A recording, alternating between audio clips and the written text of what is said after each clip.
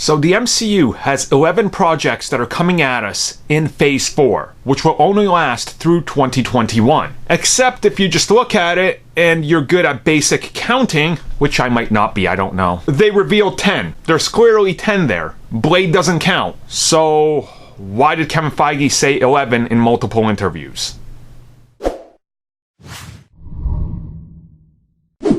So Marvel Studios always has an interesting approach when it comes to announcing things. They like to announce stuff, then they like to go back, they like to fix up some stuff, change logos, add in things, remove things. We've seen this done a couple of times, really. And obviously, this is how just, the nature of the business is. This is how it goes. There's nothing weird about this. But during multiple interviews after San Diego Comic-Con, Kevin Feige was doing the rounds, and they asked him about the slate he revealed. And specifically, interviewers said, well, let's talk about these 10 projects. And he would be like, well, we have 11 projects in development for the next phase. So I'm not the greatest person at math. It was my worst subject in school. But even I can count those numbers and be like, homie, that's 10. I know that's 10. That's because he did confirm that Blade is not part of this upcoming phase. That's for the next phase. That's why it was announced right at the end. So what gives? The most likely scenario here, and this is the one I've been telling people, is Spider-Man. They just couldn't announce Spider-Man because that's a Sony announcement to make. This was a Marvel panel. It was a Disney panel.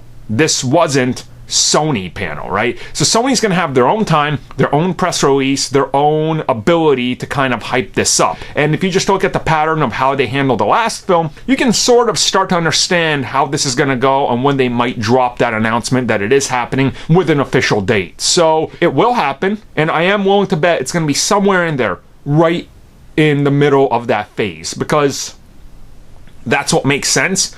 Nothing else makes sense unless somehow Kevin Feige's going to drop a giant bomb and be like, yeah, Nova, he's coming right there. I don't know when, just make up something, I don't know. But it could happen, but realistically, you should probably just expect Spider-Man to be a part of that phase.